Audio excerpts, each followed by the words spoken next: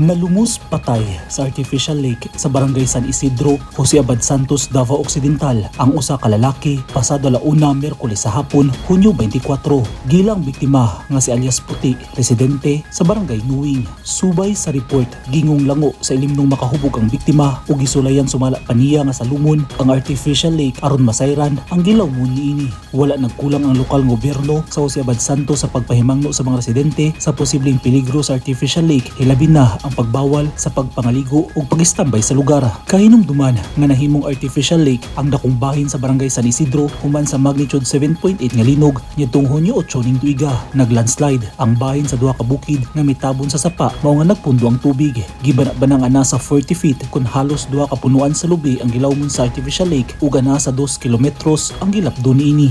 Naghatag pagani og kabalaka sa mga residente nga namuyo sa barangay Nuwing nga ubos nga bahin sa barangay San Isidro nga basin mubugwak og kalit ang nagpundo nga tubig paingon sa kabalayan. Gipangitaan dayon og paagi sa lokal nga gobyerno nga mapagawas ang nagpundo nga tubig sa artificial lake alang sa kaluwasan sa mga residente, hilabi na nga kapinduha ka simanan na nga nagpundo ang tubig. Kagahapon adlong Miyerkules na-release na ang nagpundo nga tubig gikan sa barangay San Isidro, migawas ang tubig padulong sa barangay Nuwing Bridge.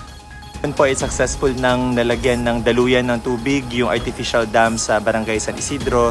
At sa video na to ni Janeline de Arce ay nakikita natin na nakarating na sa barangay Nuwing sa coastal area natin yung tubig mula sa upland barangay natin na San Isidro. So pinagbabawal natin yung mga tao sa tulay at sa tabing ilog. Nakaagyog na kontrol ang tubig sa artificial lake pinagi sa unang operasyon sa pagkalot nga gihimo sa Davao Central 911, Urban Search and Rescue, Fire Auxiliary Service Team, Armed Forces of the Philippines, Provincial Disaster Risk Reduction and Management Office ug uban pa.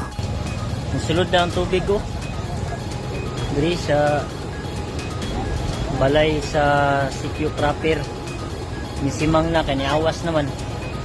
Padayon nga gipaigmat ang publiko.